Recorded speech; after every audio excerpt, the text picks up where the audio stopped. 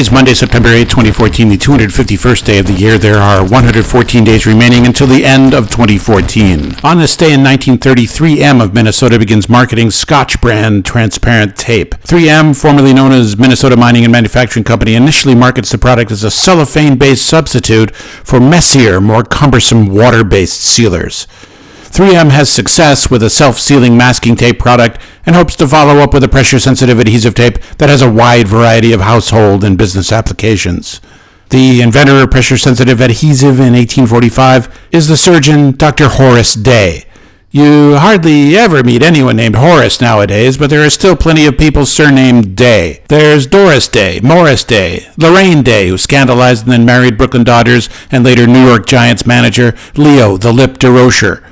There's Dorothy Day and Daniel Day-Lewis, Supreme Court Justice Sandra Day O'Connor. There's Henry Clyde P. Ridge Day, the champion Arkansas hog caller who became famous as the hog-calling right-handed minor league baseball pitcher. There's Sam Day, the Australian footballer, but not so many people named Horace anymore. Scotch tape is developed by unsung American inventor Richard Drew, and there are still plenty of people, perhaps too many, named Richard in the Western world.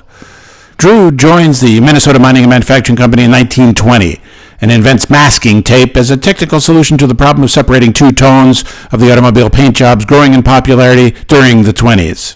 During some of the early trials of masking tape, when the adhesive was more stingily applied to the edges of the tape but not to the center, it kept falling off the cars being painted. One painter whose name is lost to history told Drew, "Take this tape back to those Scotch bosses of yours and tell them to put more adhesive on it." The thrifty Scots people in those days are considered parsimonious, which is not to say cheap ass, but the painter's outburst is not lost on Drew. In 1930, Drew's greatest contribution to world culture, Scotch brand cellulose tape, is introduced. In Great Britain, where nationalist slurs are a source of sensitivity, the product is known as sellotape and has the same applications as anywhere else in the world: sealing, attaching, mending. 231 years ago in 1783, the Treaty of Paris is signed, ending the Revolutionary War with Britain and recognizing the United States of America as a sovereign nation. Negotiations set to begin in April 1782 with Benjamin Franklin, Thomas Jefferson, John Adams, John Jay, and Henry Lawrence, appointed by the Continental Congress for the United States, David Hartley, Richard Oswald for the English.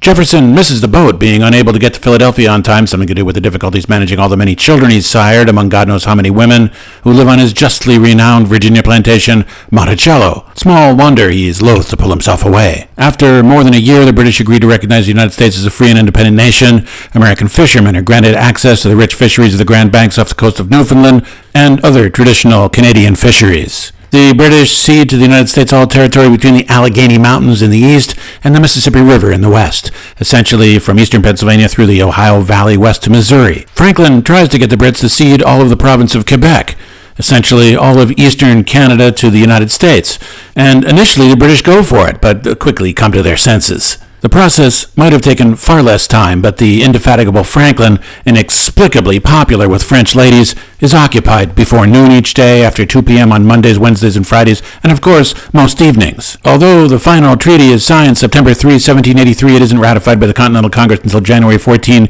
1784, with copies sent back to Europe for ratification by other involved parties, reaching Paris in March, and signed by the British on April 9, 1784. By the time Americans living out in the boondocks and hinterlands find out they are no longer subjects of the British Crown, but are citizens of these United States of America, it's late summer at the earliest. Some don't find out until the winter snow begins to fly.